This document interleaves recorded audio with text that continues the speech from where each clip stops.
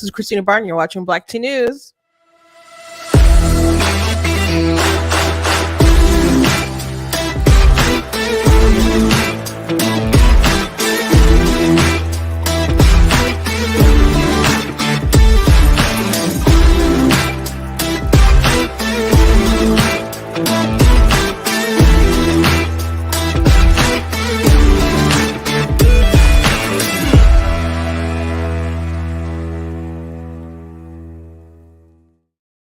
Hello. Welcome to Black Tea News. I'm your host, Christina Barr, and today we're going to be talking about this new snippet that the DeSantis campaign has put out about Trump regarding the border wall. And Trump has said something about this before, so it's not new. But people are like, where's the context? So we've done this before where there's a snippet of Trump going around, and we decided to go back and look at what he said in the rally to see if there's more context. Now, last time before, the context did not help Trump at all. This time, I think it does a bit.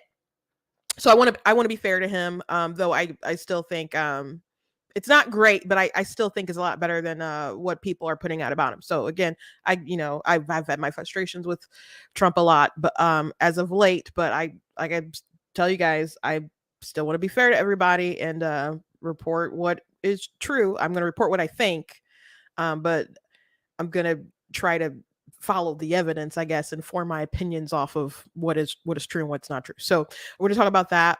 Also, I want to talk about some videos that have come across with people not refusing to condemn Hamas, people who say they will not condemn Hamas, and people were saying that the attacks in October the 7th in Israel are, it's just liberation and etc. And it's like, that's their liberation, like it's black liberation. I'm like, what does being black gotta do with anything and what happened over there? It's just really crazy. So I want to go through some of these things that I found, and I'll give you my take and you guys can give me yours. But before we jump into everything, I want to encourage you guys, go to blacktnews.com, check out different content on my website, different articles, different videos, etc. If you like what I do here, please consider leaving a donation at blacktnews.com/donate. Cost to stream, it costs to run my website, all that stuff. So if you guys can support, I very much do appreciate it. Appreciate you guys. If you're watching on Facebook, you guys can send stars. If you're watching on YouTube, you guys can send super chats or super thanks. So thank you for that. But again, you guys can just go directly to the website, blacktnews.com/donate. and support in that sort of way. Check out different merch that we have available at blacktnews.com as well, like different t-shirts and mugs and all sorts of different things. So you guys can check that out. That's another way to support. Please check out different books that I have written, and I have on Amazon. You guys can follow me on Amazon. Just my name, Christina L. Barr. I don't have a pen name. Just my regular author name, which is my real name. And if you go to blacktnews.com and you go to the merchandise page, there is a banner that'll take you over to my book website where you guys can find out more about what I write. I have 17 books that are published. 2 are nonfiction. So I have one about abortion, and one is a spiritual faith book about overcoming the spirit of fear. But the rest are I got children's chapter books, historical fiction, fantasy, all kinds of stuff. As long as, I think about it, I dream it, imagine it, I want to put it on paper. And I just love to write. So for those of you who love to read and want to support in that way, I thank you. I'm so sorry. I thought I turned that off, or at least turned the ringer down. I try not to turn my phone off, but it is down. I don't even have no idea why that rang. So anyway, on November the 10th, 11th, and 12th, I will be at Motor City Comic Con. I will be in the very last row, Artist Alley. I'm up against the wall. I don't know why they moved me all the way. They kept moving me throughout the years closer to that back wall. So hopefully it's a good thing. I was across from the wall last time, and I had a pretty good show. So hopefully, if you see my eye twitch a little bit, I guess it's sleep deprivation, but like, what's wrong with their eye? I don't know if you guys can see it, but I definitely felt it. So I just want to put a disclaimer out there. But yeah, I'll be in the very last row. So if you guys want to come and get a signed book or anything, I'll be there. My younger sister will be next to me. We are still next to each other. Um, and she'll be selling her art. She actually did the artwork for my book cover for my abortion book. Let me just show you guys really quick. And if you don't have this book, I recommend you guys go ahead and pick it up on Amazon. So yeah, she did that artwork, so she'll be selling stuff. She also has a showcase on December the 2nd, but you guys can go to her website, tinasexportraits .com, to find out more about that. I don't want to take up too much more time in the intro when I get to it. So I do have something funny to show you guys today. It's not a meme, it's a video. So Gavin Newsom, who's the governor of California, is going around. Well, it's very clear to me he wants to be the president. I don't know if he's going to really shoot his shot and go against Biden this time around or not, but it's very clear that that's what he would like to do. So he is going to California. He went to China, California, China, tomato, but he went to China. And so he was playing basketball and he clearly fell. And but you can see him try to, like, I don't know, pretend like he was just playing with the kid or whatever to cover up his embarrassment of actually falling. So it's just a little funny to me. I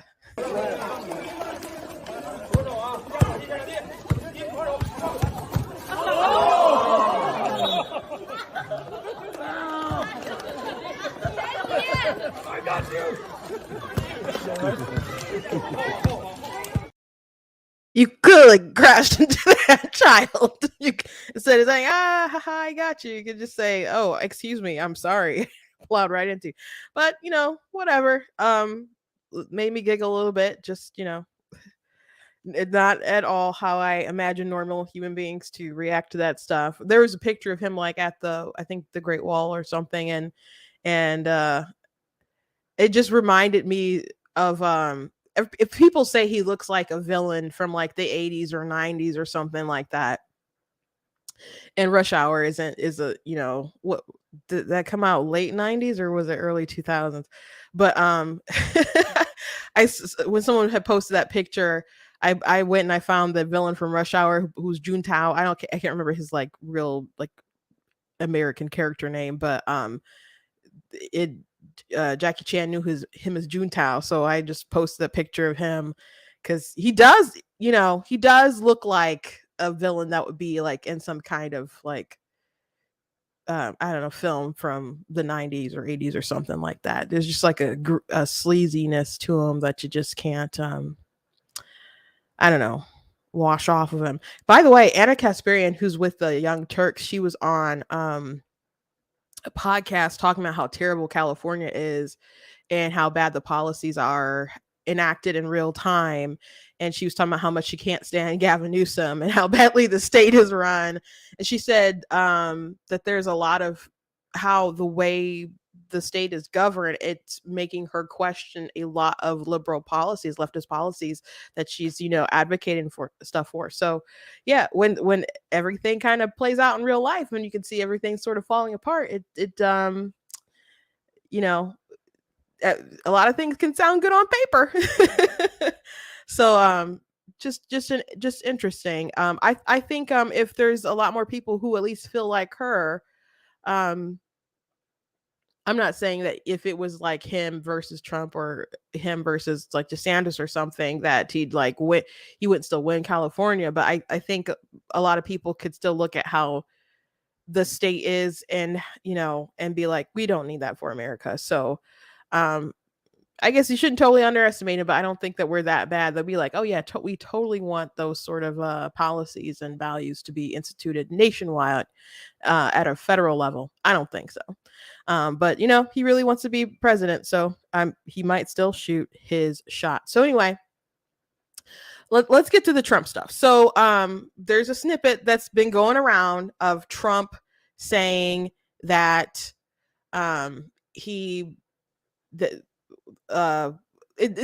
snippet makes it look like people are losers if they believe that Trump would pay for the border wall. So I want to play the snippet and then I want to play some larger context from the actual rally so people can make their own conclusions and not just base it off of the snippet. Now, I think it was last week we went through this, or maybe it was the week before, but there was a snippet of Trump saying, "Don't vote." We got enough people voting, like, go watch the polls. And so people are like, "Oh gosh, that's the dumbest thing I've ever heard a politician say, or one of the dumbest things, like really bad strategy." And so we watched more context to see if there was a way to clean that up. And I don't think we found a context that was better that made it better. It was just a dumb, just to be as generous as possible. He just said a really stupid thing. And I think that's the most generous take out of anything. So this time I think more context. I don't know if it heals everything, but I think it's worth knowing. And I warned you guys, like, when people put out snippets, especially if it's like some kind of um account that has some kind of agenda, like the DeSantis, group has put out this clip. They obviously have an agenda of making Trump look bad. And I'm not saying that specifically to make the DeSantis, war room look bad or whatever. I'm just telling you blatantly how it works. They'll put out something that's a really small snippet, and it circulates like, oh my gosh, it makes them look bad, etc. Blah blah blah. So just be leery of when you see something that's really short context, a really short clip, and try to find the context. So that's a little why I was late, because I was trying to find this clip, and I watched it, and then I didn't hear it, I guess. And then I'm like, where did it go? So I just kept watching more of the rally. And then I had to find the snippet elsewhere, and another clip had like the time on it. And then I'm like, okay, it's at this point, I'm like, I heard this already, but I guess wasn't paying close enough attention. But I wanted to make sure that I found it. So I do apologize for being late, but now you know why. I was trying to be accurate for you guys. So here we go. Well, let me play the snippet first, and then this is what's circulating around. So with all those losers out there that say Trump never got you remember I used to say Mexico will pay for the piece of the wall. I'll say, what's going to happen with their fight? I said the wall gets higher. We all had a lot of fun, but I said Mexico will pay for a piece of the wall. Well, there was no legal instrument to do that. So you remember all these losers, saying, "Oh, you pay for the wall." There's no legal mechanism for that. And so I had retweeted. I'm just like, okay, I definitely know people who believe that. If people didn't literally, I don't know what his original expectation was when he was saying those words, but I definitely know people who took his words literally. Now, there's a saying like the Trump, that the media takes Trump literally but not seriously, and his supporters don't take him literally but they take him seriously. I don't know if Rush Limbaugh coined that phrase, but that was going around, and most people I think agree with that. But now I guess my thinking of it was like, I don't know how he could get them to agree to that. But he was very, he'd repeat it a lot, and he certainly repeated a lot on the campaign trail. He did. Now the DeSantis war room did something with that snippet, and they played clip after clip after clip after clip after clip of him saying it. It's a good compilation video, but there's music behind it, and I just don't feel like getting dinged by copyright on something. So I'm gonna try not to. So you guys can go check it out. But if you don't recall, I can promise you, you don't have to take my word for it. You can find it a lot. You can find different articles about it. You can find different other compilations. You can find different rallies with him saying multiple times. I was in rallies where they would say that a lot. He definitely promised that he would get Mexico to pay for that wall. That was a solid campaign promise. And I definitely know lots of people who supported Trump who believe that he was going to make that happen. People who believe that he did make it happen were on their way to making it happen. Like, I remember having conversations with people like, this is how he's getting them to pay for it. So saying, oh, well, there was no legal mechanism to do that. Okay, well, that was a campaign promise that you made that you couldn't keep then, if that's the route we're going. So, but anyway, here's some more context as he talks about things that he did do with Mexico behind the scenes in ways that he got them to cooperate with him. So he couldn't keep this particular promise. And he's saying there was never a way to keep this particular promise. But he says that he did other things that, in his opinion, ended up being better. I don't know about that. You can judge for yourself, but I just want to make sure that we have that context that a a couple second video snippet doesn't give. So if you're watching, it's somewhere we're watching a few minutes back, but he'll bring it up somewhere in the in 4 minutes and 36. I think that's where. Let me just make sure I'm not too far back. Yes, in the few minutes he'll end up bringing it up. Okay. Right next to our Attorney General, could lift that chair with no problem. You know that? You could lift it. But he has a problem. Do you ever see him? He's dragging the chair. And he can't get the feet through the sand. And he's in the beach. Well, if he did that, instead of stopping everything we had, stay in Mexico, remember, remain in Mexico, you had to remain. You think that was easy to get from Mexico? No. All of the different things that we had. I went to Mexico. I said, we need 28,000 soldiers free of charge. They laughed at me. They said, you have to be kidding. I said, no, we want 28,000 soldiers because you're sending people up through these caravans, a name we came up with. We're good at names. But we came up with, and thousands of people were in these caravans. I said, nope, we want soldiers. And they laughed and they said, we're not going to give it. And a woman at the State Department, very good, she was there for 20, 25 years. She said, sir, we've been asking for things like this for years. They're not going to give it. I said, yes, they will, 100%. And so I dealt with the head of one of the top guys at Mexico, good guy, handsome, tall, strong guy. I said, listen, we're going to need 28,000 soldiers. We want to have a remain in Mexico policy so everyone remains in Mexico. They don't come into our country anymore. On catch and release, we want to release them, but we're going to release them in your country, not in our country. And the medical, as you know, title, we're going to leave that the way it is. We want title.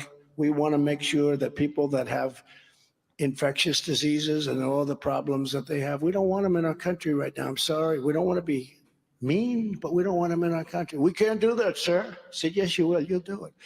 He said, no, we won't. I said, how much you want to bet you'll do it? I'm talking to the guy. He said, sir, we won't be able to. 28,000 soldiers free of charge. I'm not going to pay for the soldiers. He said, we won't do it. I said, okay, ready? Here's the story. I have before me a piece of paper. I'm going to sign that paper.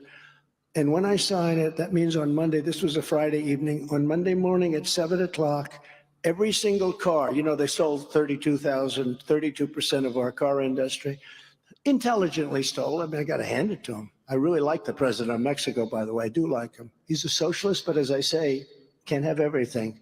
But he's great. He's a great guy, actually, great guy.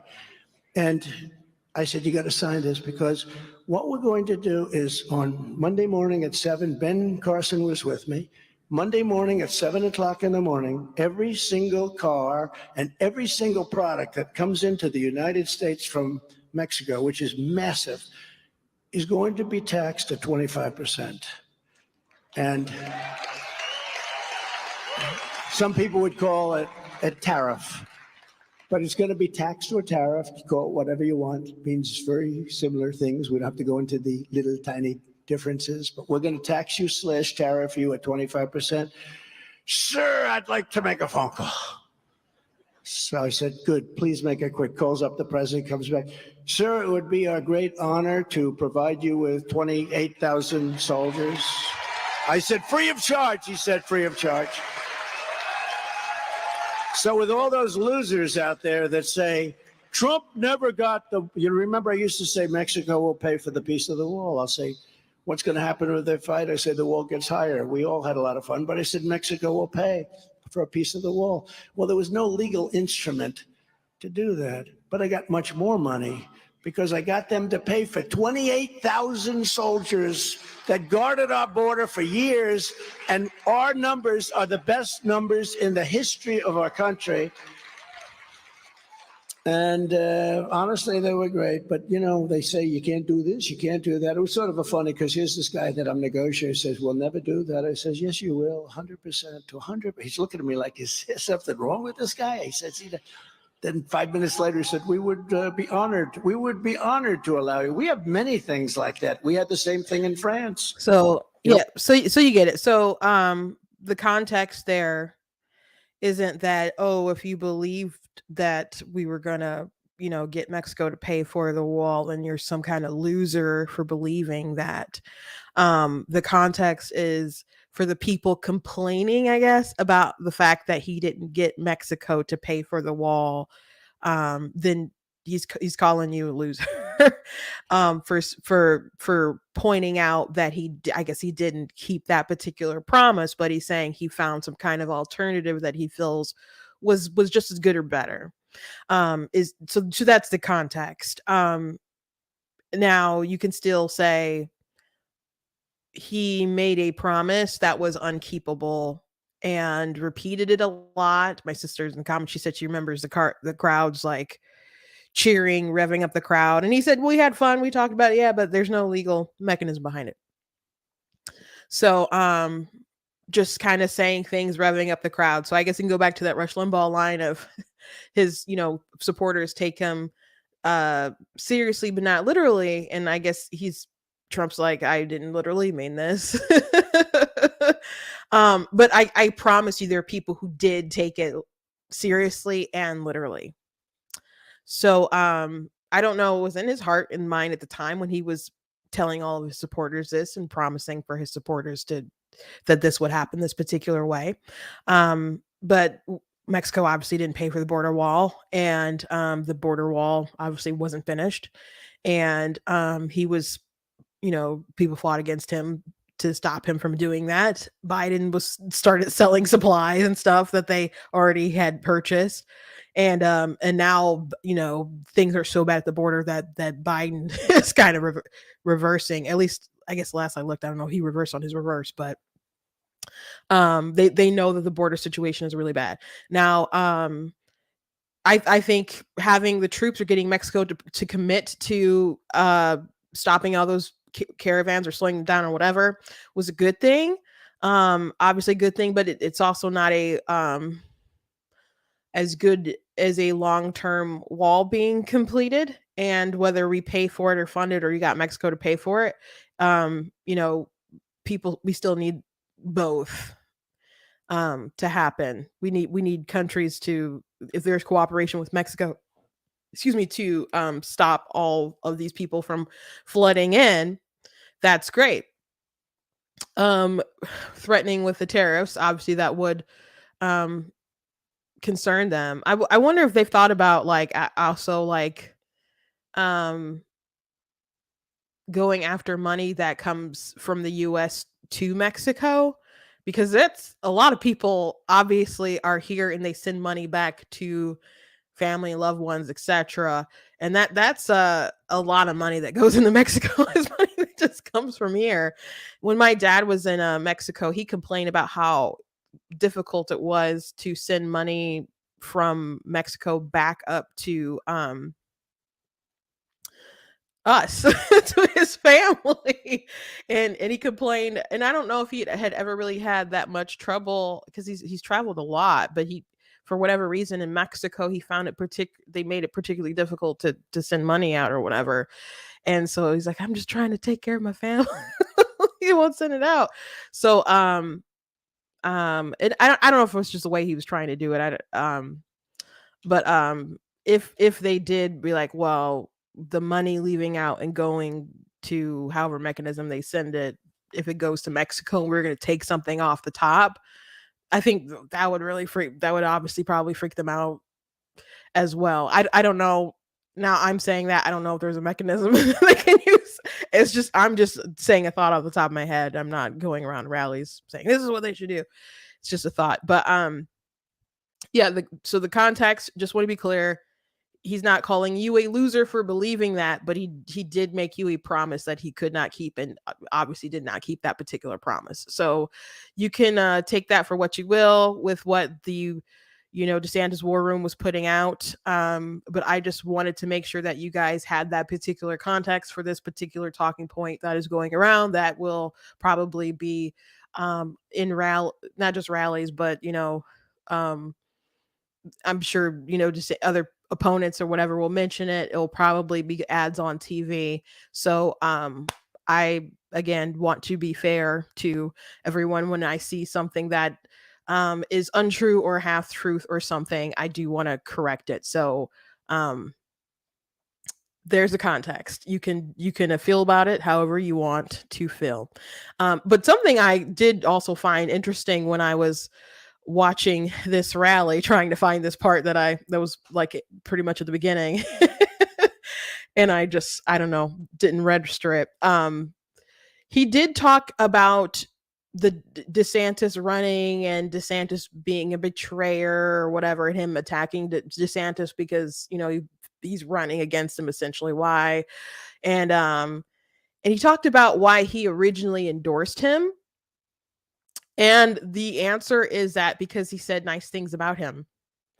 And because now, I mean, before he would say things like, "Oh, DeSantis, he did a great job in Florida," et cetera, all that stuff. And then when DeSantis was running, he started attacking him like, "Oh, well, anybody could run Florida. Even the Democrats run Florida well, and Cuomo did better on COVID than DeSantis did," which I found to be pretty egregious because the media and everybody was uplifting Cuomo, not to dunk on DeSantis, but they were lifting up Cuomo to dunk on Trump. They were uplifting him as like the adult in the room who's doing everything right, who's having these press conferences. We're gonna give him an Emmy and all this stuff. And someone made up the term Cuomo sexual. Like they had like this weird love for Cuomo during the pandemic, and they weren't just contrasting that with results in Florida. They were uplifting him to condemn Trump. Like, this is the real leader, how we should act, etc. You know, so Trump turning around and being like, "Oh no, Cuomo, like he was great compared to like." Is it worth it? Is it worth it to tear down someone who you see so far down in the polls compared to you? Which I think these people's internal numbers are not exactly what we're seeing in some of these polls. Because I don't see the point. He has a lot of legal bills and continues to spend a lot of money on his legal bills. But if there was no point in going after DeSantis or whatever, you wouldn't spend so much money on mailers and TV and other stuff like that. And he's now directing some more time into Iowa. So it's not in the bag or anything. And even though he has really, someone asked DeSantis, I think the tail end of last week, like, Trump is very far ahead. Like, what shot do you basically have? And the polls are just astronomically in his favor. And DeSantis is just like, he has the most name ID and everyone else has to make their case. And just that is how it works. People vote for who they like, but people vote for who they know, and if you're not really plugged in, maybe you don't know as much about DeSantis as the next person. I mean, I still obviously know far more about Trump than I do about DeSantis. So he has to convince people to switch over from Trump to him. But there's a lot of Trump voters that are open to voting for someone else. So for all you though who think the primary is over, that's just not the case. Now it is over for Pence. He did drop out of the race. It is over for Larry Elder. He did drop out of the race. Larry Elder immediately turned around and endorsed Donald Trump. So I don't know who Pence will endorse. If I had to guess, I would think it would be maybe Nikki Haley, but I don't know.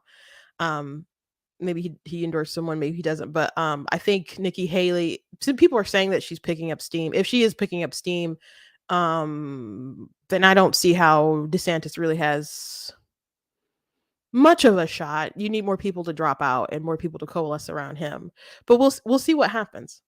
We'll see what happens. I think there was an article that National Review or somebody retweeted, and they were like, everyone should follow Mike Pence's lead, except for Nikki Haley, and people are just like, "You're backing that horse." So I don't think Nikki Haley has a real shot of winning the primary because I think um because I think people feel that she's too much of a neocon, and people don't have the same taste for that they had in the past. And so while there's plenty of people who feel like, for example, oh, we need to support Israel, etc., blah blah blah blah blah, you know, lines like we need to just sign a blank check or whatever, or like whatever they ask, whatever they need, no questions asked was her line. I think that makes people raise eyebrows, like, it's our freaking bill, like, what do you mean no questions asked? That's a little weird. So um I and regarding this particular conflict, the certain things that she's been saying haven't been as strong, as like DeSantis has been, like not the same sort of moral clarity on some of these positions as DeSantis. So, I don't know. I don't know if she'll leave the race at all, I guess, before it's over. But if she is rising in the polls, that is like kneecapping DeSantis, and Trump's just going to get it. But anyway, I want to play the snippet of Trump talking about DeSantis and going back into a story of why he ended up endorsing him. And again, it's just pretty much because he said nice things about me. um yeah, that's essentially it. Oops. As I proposed long before Ron DeSanctimonious tried to steal the idea and pass it on as his own, I will cancel the student visas of terrorist sympathizers on college campuses.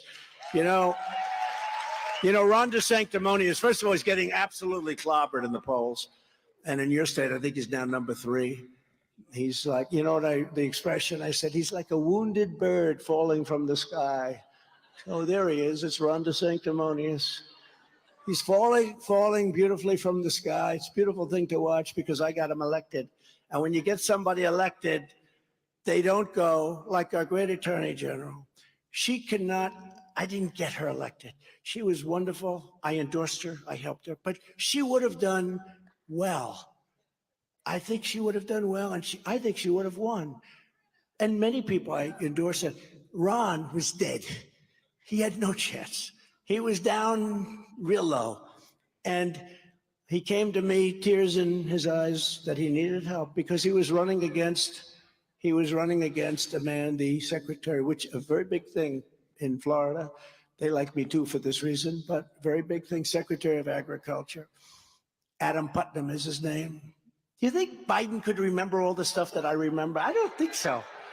He'd say, let's see, what the hell was his name?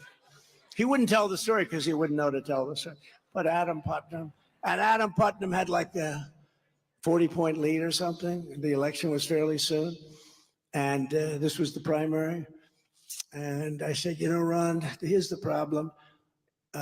If George Washington and Abraham Lincoln came back from the dead and they decided to endorse you, I don't think it would help you. So far, you're gone.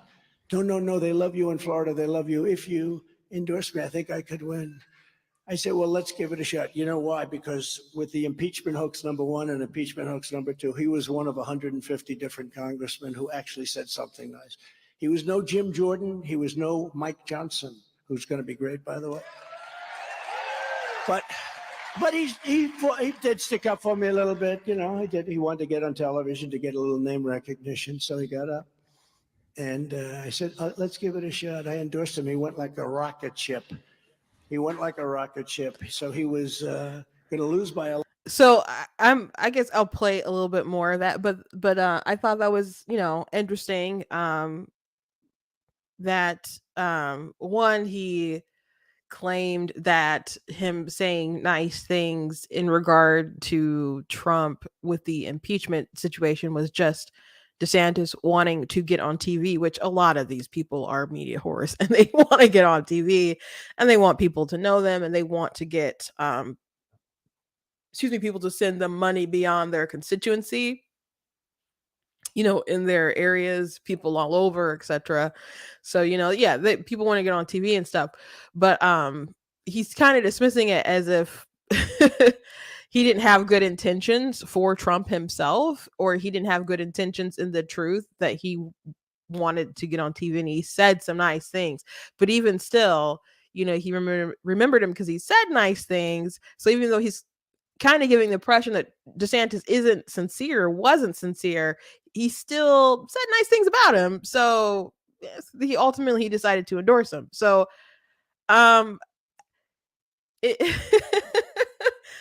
it's like, okay, well, what was your opinion on their policies and who would run the state better and all kinds of different things? Like, is everything just really revolving around, I like this person, I'm going to support them because they said nice things about me? And I know that's the answer. I know that's to be true, but we'll talk about that a little bit more.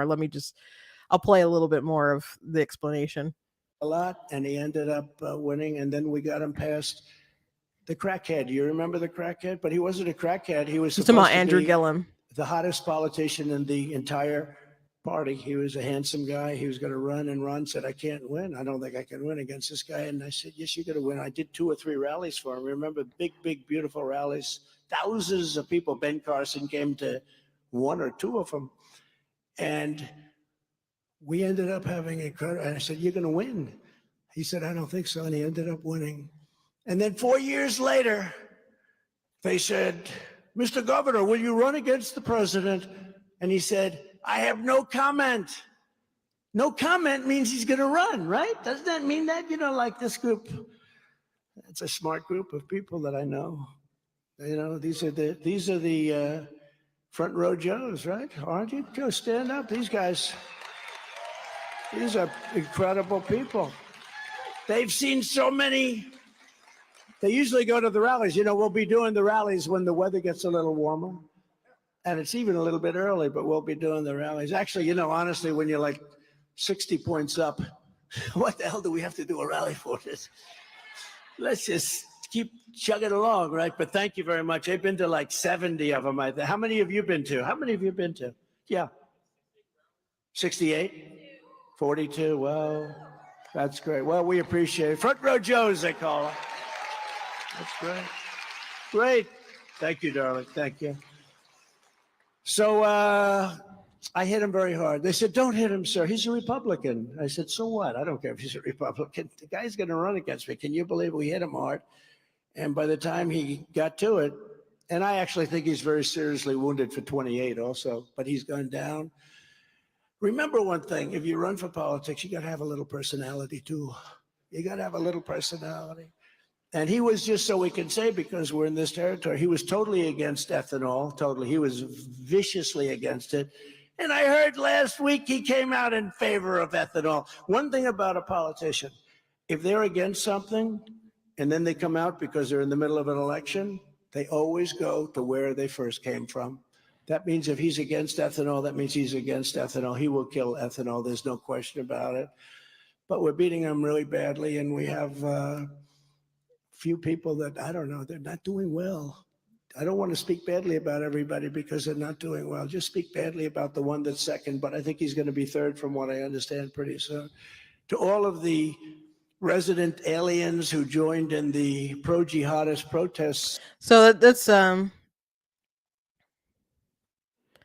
some people are like, oh, I'll see people, in comments or whatever, say, like, remember the 11th commandment, which the 11th commandment, I believe, made famous by Ronald Reagan, like the don't talk about other Republicans. Or some people still have a pipe dream of like Trump and DeSantis being together on a ticket. Like, oh, I wish they'd be together.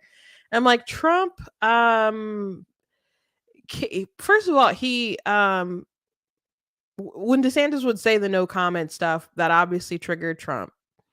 But he started attacking DeSantis before the primary, not the primary, the midterm, the 2020 midterm happened. He started to say stuff, and that started to tick me off. I'm like, okay, people still view Trump as like the head of the party, even though he's not the president.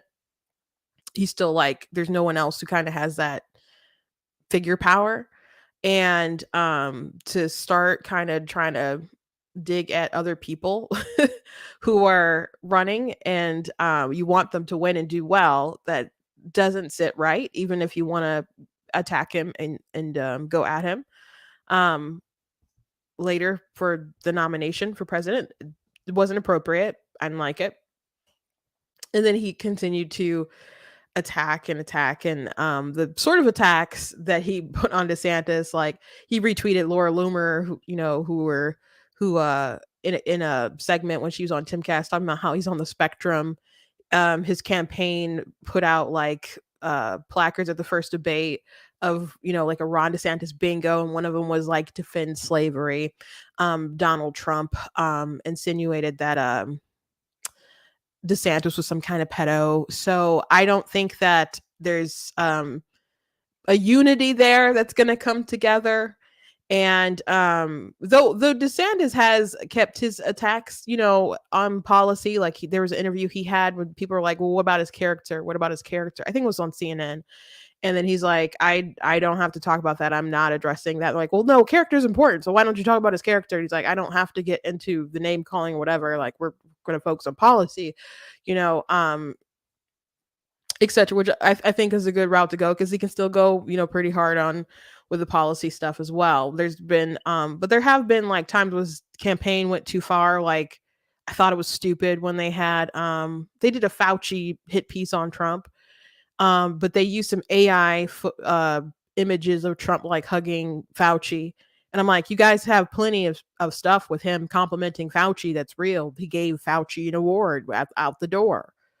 He made the Trump campaign made a campaign video saying like, we did everything Fauci wanted us to do. like, so there's no need to generate an AI image of Fauci hugging Trump. I'm like, it doesn't, I guess, negate everything that you made, but it does certainly cheapen it, and it kind of shows, you didn't have to go that extra, I don't know, punch, because it just made you look foolish. So, definitely not perfect on both ends, but I would dare say that Trump's attacks on DeSantis have been um, worse, and some of them have been baseless. Some of them have been pretty gross, and you could say it's because he's number two. I think it's not just because he's number two. I think he is attacking Haley. Some of the stuff his campaign did to Haley was really. He started calling her bird brain, so they sent a bird cage to her outside of her hotel room. And some people are like, "Oh, this is fake. This is fake." But his campaign like sent it to like different people, so it was real. I'm like, what a silly thing to do, and really petty. But is what it is. Yeah, I don't want a unity ticket between the two of them. I would think of at this point, one, I don't think it would benefit DeSantis to be his vice president. He might as well just finish out being governor of Florida. And I don't know. I just can't fake the funk like that. So if Trump had said some of the stuff about me like he says about DeSantis, I just wouldn't be like, I ain't gonna bite no bullet for you. I don't know. I would think it's a punk move, and maybe he's a punk, it will prove to be a punk. But I would certainly respect him less if he took a VP job, which I don't think Trump is going to offer it. I think people are living in a reality that doesn't exist if they think that they're going to join together. But anyway, last thing I'll mention about this, Trump initially deciding to endorse him. He's like, "Oh, he said nice things about me." You know, he operates about in that kind of way a lot. In Michigan, he did endorse people who went along with the election narrative that he liked and appreciated, and those are the people that he backed, and then those are people who spectacularly lost, and that happened around the country. And it didn't, even if they maybe didn't have the experience, if they didn't have the resources to win or whatever, that didn't really matter. What mattered was they towed the Trump line, and that's why they were backed. That's why they got that position. And is what it is. There has to be something deeper than the world revolving around Trump, especially if you're gonna be the head, essentially, of the Republican Party. So I would just, you know, appreciate it if I don't know, his pickings were a little less petty, I suppose, and personal. Anyway, let's move on. I want to talk about some of these videos that I've seen about what's going around in at these protests, with people saying that they won't condemn Hamas, or some people are saying that they support Hamas, and all kinds of crazy stuff. So first video I want to show you guys is this young black woman who just talks about compares it to black liberation, and I'm so sick of this stuff, man. And she's a young college student. Still an adult, though. Yeah, so today there was a national call to action for students and really anybody across the country to walk out of class, walk out of their jobs, to show solidarity with Palestinian liberation and Palestinian resistance. And so as Howard students particularly, we understand that black liberation is linked with Palestinian liberation. And so today we came out and we showed solidarity. We chanted, we had speakers, we educated, and we informed, because at the end of the day, none of us are free until Palestine is free. And that's why it's so crucial to be out here and to be organizing for Palestinians and supporting them in their fight and their resistance of Israel's colonialist occupation. So corporate media has an agenda, and they're continuing to spread misinformation and disinformation about what's actually going on. They're continuing to paint Palestinians as terrorists. And while we can acknowledge that anybody dying is unfortunate, right? We have to acknowledge that Palestinian resistance is always going to be justified as long as they are occupied, right? And so today, and especially for Americans all across the country, be very careful with where you're getting your information from. Be very careful with what sources you're getting your information from. I recommend looking at on-the-ground Palestinian reporters, different organizers, looking at your different local Palestinian orgs like MD to Palestine, Students for Justice in Palestine, so many different orgs, and getting your information from those who are on the right side of history, because the corporate media, it's backing Biden, it's backing this genocide, and that is not what we need to be consuming as Americans, period. So when they say that, oh, we're on the right side of history, I just want to put in perspective that Hamas wants what Hitler wanted: to kill the Jews. And it's that simple. And you could say, oh, this is about land. Yeah, I guess from the river to the sea, right? I just kind of wonder what happens to all the Jews in that situation. And Hamas's charter still, talks about killing the Jews. So there's that. So there's a lot of people, and I keep mentioning this because I keep seeing this and I keep experiencing this, is that people will say, you are black, you should stand with Palestine. This is their liberation is our liberation, etc., blah blah blah. Like, all these leftist principles and stuff are just colliding together and they all want to stand together, and they want to say Israel bad, brown people versus white people, which they're definitely, brown Jews are like, what the heck? Like, I heard someone say, like, oh, my mother wasn't brown, she wasn't white enough during the Holocaust, but I'm, not brown enough now to, be excused from violence. So, to say, like, oh, we're not for the violence, it sucks when that happens, but everything when you're occupied is justified. That's a pretty enormously crazy worldview to have, knowing the sort of monstrosities that these people committed. There's no justification for raping women and beheading men and women and children and babies and burning people alive and just gunning down people in their homes and tying them up and lighting them on fire, etc. These aren't like rules of engagement with war following. It's funny that they're like Geneva Convention and all the stuff that they want Israel to follow by, but everything that Hamas does is just legitimate legitimate resistance. So the decolonization narrative that they're pushing, which people, I've said, if you're like a white person, I'd be concerned, especially if they call you a colonizer, which people on TikTok, people love to throw that around. You know, calling people a colonizer, and they talk about systemic racism and how they're oppressed in the US and stuff. So knowing that they feel that any sort of occupation at all, and the narratives with the open air prisons and all that stuff, and apartheid so how they use it for all their justifications for what's going on, it makes me concerned for what they are willing to justify if they had the opportunity to do that here. And you could say, well, that's pretty paranoid. Well, there's a lot of Jews, including liberal Jews, who are looking around at the world and saying, I never would have thought all this stuff would be happening. And that the Holocaust and things like that have never felt so real to them.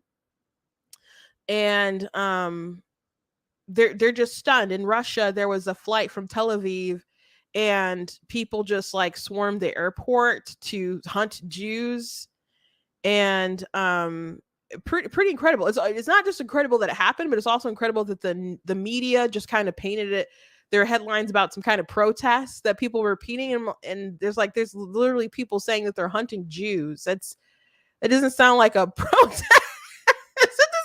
Like I guess they're protesting something, people being alive, I guess. So it's amazing that young woman said, you got to look at the media is doing this, and like they're covering for Israel, like the public opinion on Israel, like the major media is running some really egregious stuff, like the hospital bombing. You're like, oh yeah, we're just gonna trust the health ministry, which is run by the terrorists. And just be like, oh yeah, they kill 500 people in airstrike, when all the evidence was contrary to that, which some people still persist with that narrative. And I'm not saying that civilians haven't died, but as President Biden and other people have pointed out, there's no way to know if those numbers are accurate because they lie. Like Hamas and stuff, they'll lay out bodies and do like press conferences, like, look at all these bodies, and they'll film them, and then you'll see somebody wiggling. They'll be like crying over dolls that maybe you can tell it's a doll, maybe you can't tell it's a doll. One video they uploaded was obviously a doll, and they're like crying over that person. It's not real, but they have crisis actors who will cry about like a bombing happening, and then next thing, or dying in a hospital bed, and next thing you know, the next video, the next day, they're totally fine, miraculous recovery. So again, I'm not saying that they don't have citizens that are dying as collateral damage, part of war, which is tragic, but they do have crisis actors to play it up because they realize public opinion is apparently in their favor, and people don't apparently like Jews, I guess. And I don't think it's just Israel. Anti-Semitism it seems to be pretty high, and there's some people who are like, oh, you guys are just saying we're anti-Semitic, and then we'll find some kind of post that's really questionable. And I'm not saying that's the case with everybody. So a lot of people are flinging around that phrase too much, sure, but so some people, like if you're one of those people who are saying from the river to the sea and all that stuff, like where do you want the Jews to go? I'm not saying everyone is like genocidal saying that and wants all the Jews to die, but I'm just asking question, where exactly what we expect to happen? Like if they free everybody and Hamas just takes over the whole region or whatever, what happens to all the Jews? Just questions. And and when people say that they don't want to condemn Hamas, or they're pussyfooting around it or whatever, do you realize that they really do legitimately want to murder them? And there's a video by some leaders of Hamas that came out. They're like, well, we build the tunnels to protect ourselves, to hide from like the rockets and all that stuff. The people, the UN should take care of them. They're supposed to take care of them. Like that's, it's a they're refugees, so that's the UN's drama. Like we're building tunnels to take over our guys who are committing acts of terror. So to all you people out there who don't want to condemn Hamas because you just think they're legitimately fighting for Palestinian freedom, are you on crack like Hunter Stash? Something more powerful? It's pretty remarkable. It's pretty remarkable. But to you people who are so, I don't know, looking at Black liberation and saying it's the same as Palestinian liberation, like there, what you, not everything revolves around you, and just because you see brown people doesn't mean you can relate to all of their plights. And I don't know why you want to excuse some brown people and other brown people. According to Thomas Sowell, just one time he was asked, like, what do Jews have to do or Israel has to do to I guess stop getting so much hate, and he's like, fail.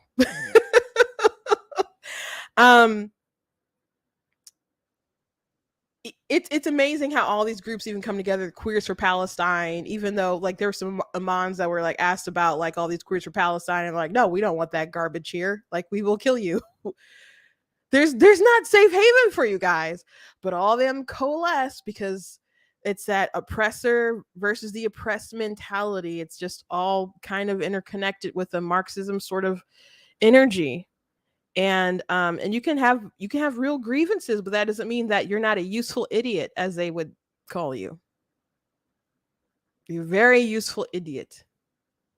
And they would do it with Black people back in the day. They'd have some real grievances, and they'd recruit people into communism. But at the end of the day, the communists are like, you can't support things that are actually going to solve and help the Black plight. You got to promote communism. And BLM, a trained Marxist group, according to the co-founders of it, Patrice Cullors said we have to end Israel and and support the end of the occupation and the resistance and all the other kind of stuff. So this isn't, I guess it's a new thing that I've heard Patrice Cullors talk about that stuff, though their past videos, they're just kind of resurfacing, and I've shared that. But I'm not surprised, I guess. I am a little surprised at the audacity of people coming to me, though, like commenting to me and telling me that, like, how dare I not support the terrorists? I guess they don't call them terrorists, but they expect because I'm Black that I should just jump on this particular train or whatever. And that's really gross, guys. Like, I have my own thoughts. I have my own mind, and I can decipher between what's right and what's wrong. And I'm not going to, I don't know, consult my melon before making that decision. I've seen a lot of the horrible things that people have reported on, and I don't want to go through the long list of everything again, but no justification for what's happening. I'm sorry, or what happened, rather. Let me show you guys some more crazy videos as well. So this video, this girl like flat out is like, I stand with Hamas. Flat out just says it. Now, nor will I ever. Let me rewind it back a little bit. I do not now, nor will I ever condemn Hamas. I unequivocally support the liberation movements of all oppressed people around the world by any means made necessary. If you have a problem with that, take it up with somebody else, because I don't. Yeah. That's bonkers. That's bonkers. If you read their charter and understood their end game and their goals and their motivations, would you still not condemn them? Because when people start asking questions, man. So here's, I saw this video on TikTok. This one just kind of blew my mind too. when we get to that part that really blows my mind, you'll know. You'll know. Condemn the killings of Hamas, but Do you condemn Hamas? I condemn the killings of Hamas, but I also do condemn the occupation which caused the killings of Hamas. Would you condemn Hamas? I'm sorry, if somebody's coming after me and my people and my land, oh, get ready. Get ready. There's nothing that I wouldn't do for my people. I think So, what's interesting to me is that we seem to be too civilized for war, but progressive enough for terrorism. So Israel cutting off, being like, no, we're not going to supply you with water, which they did turn off, like at the south, or turn it back on in the south. But if they turn off their water, if they're like, we're not letting supplies get in through, if it's just going to go to Hamas, because they are like obviously taking the stuff. If they're like, we're gonna turn off the electricity and we're gonna turn off the Wi-Fi, everyone's like, how dare you? Those are such massive violations of the people's rights. Which, by the way, if I don't pay my phone bill and my electricity bill, I can't call up my providers and say, this is a war crime. You might ask, why isn't there some kind of infrastructure there within that area to considering how much aid that they had, considering they had these beautiful greenhouses, all this other stuff that was abandoned by Israel when they pulled out their citizens and all kinds of different stuff. Like, why is it I don't know, such a dumpster fire for them? Because Hamas had no interest of building up the Gaza Strip. They just only had an interest of digging up the pipes that should be used for water and creating rockets and shooting them over into Israel, which not all of them make it in. I think like 30-40% of them actually fall back and kill their own people. So when people say they want to free Palestine, I'm very confused why they don't want to free them from Hamas. I don't understand that, but don't understand them at least. But if you're going to say that if someone's coming for your family and there's nothing that you wouldn't do if someone was coming for your family, how can you at least not understand where Israel's coming from? They're like, oh, you guys want to extinct us? Okay, we're gonna make you dead, right? The terrorists. We're gonna try to minimize civilian casualties. We're willing to risk civilian casualties. We're not going to go and purposely kill civilians like they did to us, but we're going to do what we must to take out Hamas and extinct them. And all you people calling for a ceasefire, go screw yourselves, because we were actually in a ceasefire when they came to murder 1,400 Jews. So not 1,400 Jews. I mean, just Israelis, because they're Arab. They killed Arabs. They killed Thai people. They killed German citizens. Anybody who was there, they could get their hands on. They were just there to massacre. So it wasn't just Jewish people who died. there's people who are Arabs. The population is like 18-20% Arab within Israel, and they're hiding in bomb shelters as the rockets fly over. So so if you can say anything is justified when you are resisting occupation, how can you say that general warfare isn't isn't justified once you've waged war on the people who've committed terror and literally want you to be extinct?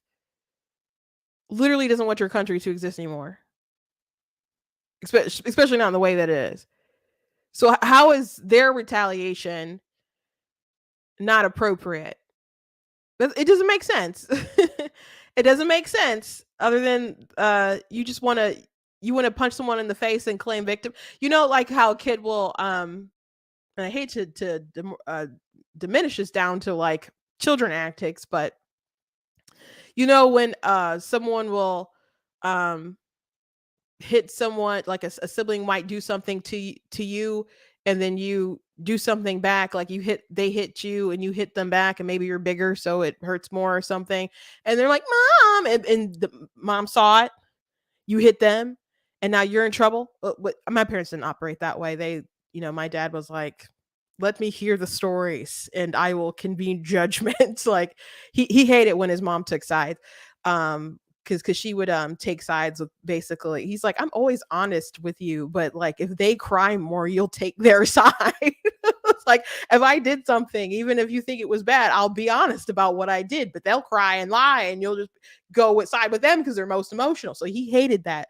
So he decided to be as fair as possible when dealing with crises among us. But kids will still try that, like, oh, they did this, so they did some pretty egregious things, and now they're like, enough is enough, and now y'all can't deal, and that's why you want the ceasefire.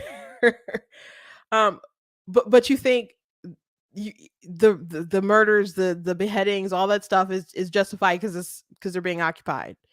None of this makes sense, guys. None of this makes sense. Let's keep watching. We are not at the part yet that I just thought was like totally insane. Obviously, it's a horrible situation, but if somebody's beating down on you over and over and over again, eventually you're going to hit back. People will say, condemn Hamas, and it's the equivalent of like someone who's African American committing a crime or rioting and then going up to a random black person and being like, hey, do you condemn them? I shouldn't have to condemn someone just because they're the same color as me. But for you to give a blanket statement of like, do you condemn Hamas, is you trying to do a microaggression as if, hey, you're brown, why don't you do that? Do you guys stop it? Stop it all the way.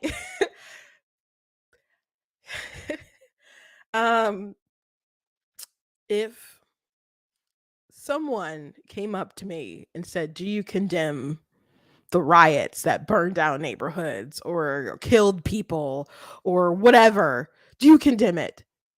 Of course I would condemn it. I'm a normal, sane person, and morality doesn't change just because I am brown. That is so offensive and ridiculous.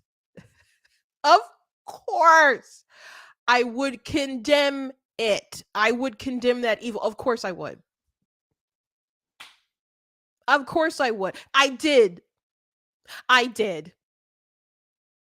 lived through 2020. I absolutely did. I condemned it. I didn't like BLM. All that. I did. I condemned all of it.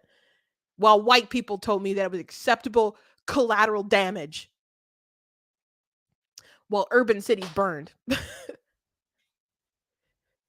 Because you're all freaking crazy.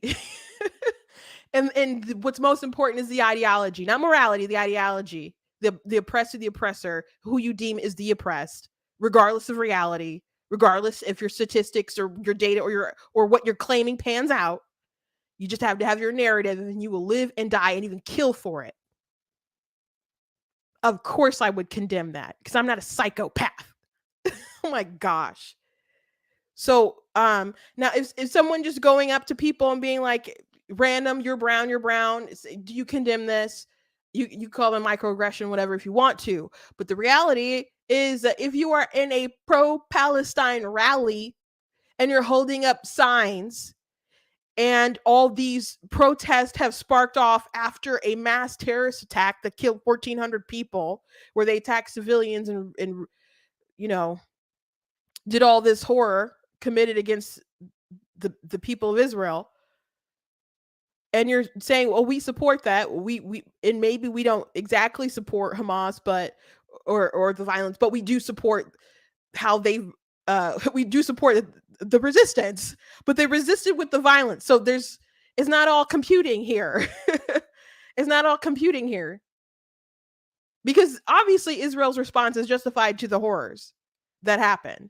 You can't just be like, oh, we decided to fight back and just have them be like, oh yeah, you did decide to fight back. We're just going to accept it.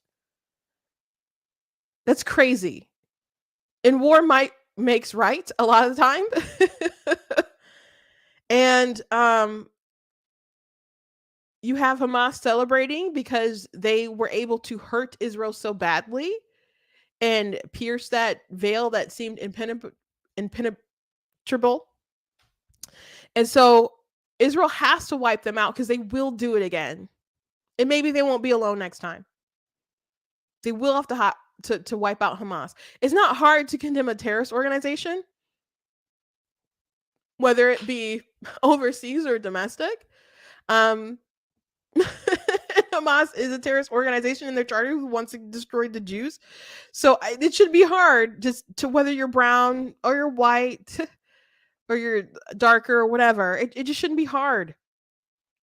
It shouldn't be hard. So that's cap. It was crazy. It was crazy for him to say that. Absolutely crazy to say that. So it's not unreasonable that if you are at a rally that is again breaking out after these things have happened, and there's people who are saying it's solely Israel's fault, blah blah blah. This is justified resistance. For people to say, "Do you condemn Hamas?" Who leads Gaza, by the way? It's not like they're just a random group of folks. It's not an unreasonable question. You can call it a microaggression. Like if you ask like a random brown person who you think is Arab, maybe you're not even correct or something, and you're like, hey, maybe you can call that a microaggression, but it still shouldn't be hard to do regardless. And it's such bull crap because, if a Republican is running for office or something, especially for president or something, you'd be like, do you condemn this? Do you condemn that? Do you condemn like, I don't know, David Duke or something like that, which is easy to say and do or whatever. But people bring out their own boogeymans for their own sort of narratives. But the Hamas thing is pretty, relevant. Pretty relevant. David Duke doesn't have any significance to the political landscape. Hamas leads Gaza and committed the attack that people say is justified. It's not unreasonable to ask those questions. Well, let's keep watching. Condemn Hamas? Would you condemn Hamas? No, Why not? because resistance is necessary. People will get mad at you for saying that, though. Well, that's their problem. Free Palestine! So it's backwards. Do you hate Jewish people? No. They're the people of the book. We love Jewish people. We love Christians. It's not a Jewish and Christian and Muslim thing. This is a people thing. If you're a human being, how would you feel if people came and took over Los Angeles and kicked you out of your home? What are you going to do? Just sit there? I guarantee you the U.S. is going to fight back. I guarantee it. Okay, so how would you feel if people did, if what happened to the U.S. What happened to Israel happened in the U.S.? We would obliterate whoever did that. We would, and we wouldn't allow anyone to lecture us. So,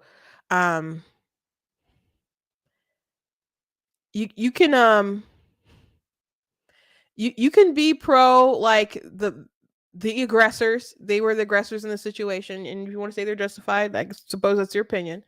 But they did poke a very large bear, and now that they've poked a very large bear, they're screwed. And you've picked probably, I think, safe to assume the losing side. So who instigated this conflict? By the way, again, they had a ceasefire actually in place when they committed the acts of the terror, and the raping women, the killing babies, burning families alive, beheading men, etc. And not just men, but kidnapping grandmothers and infants and all that stuff. If that's the side you want to side with, that's very interesting. Very interesting. You can side that side. You can think Israel is bad. You can take no sides.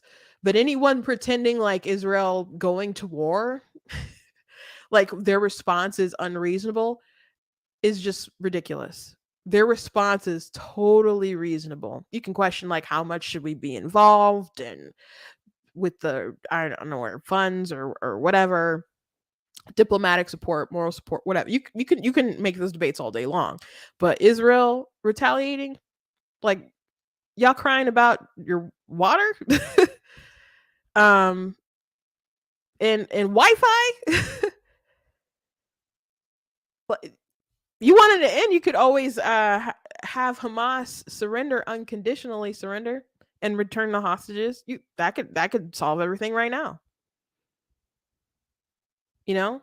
Because there's not going to be any peace until they're gone. So if you want what's best for the Palestinian people, you could at least start with Hamas not being there, because they don't believe that it's their responsibility to actually take care of the people. They think it's their responsibility to liberate the world of the Jews. So if that's your guy, that's your man. You gonna stand beside him. That's your man. I think it's crazy. But don't expect me to back you because I'm brown. It's really racist. Really racist. And you can be racist even though you're not white. Those are the only the educated fools who educate themselves straight into nonsense and indoctrination believe that nonsense. So anyway, thank you guys for joining me today. Please go to blacktnews.com, check out different content on my website, different articles, different videos, etc. If you like what I do here, please consider leave a donation at blacktnews.com/donate, because it costs to stream, run my website, all that stuff, so you guys can support. I very much appreciate you if you can. Check out different merch at my website that I have available for sale. That does also help. Like I have the You Are Not That Special mug, so you guys can check that out. I got black tea mugs and t-shirts and other stuff. Check out some of my books that I've written as well. You guys can find me on Amazon. Just search my name, Christina Albar, and if you go to the website, though, to the merchandise page, there's a link that'll take you over to my website. Again, I'll be at Motor City Comic Con in November the 10th, 11th, and 12th. And hope to see you there if you're in the area. God bless you guys, and I will see you tomorrow.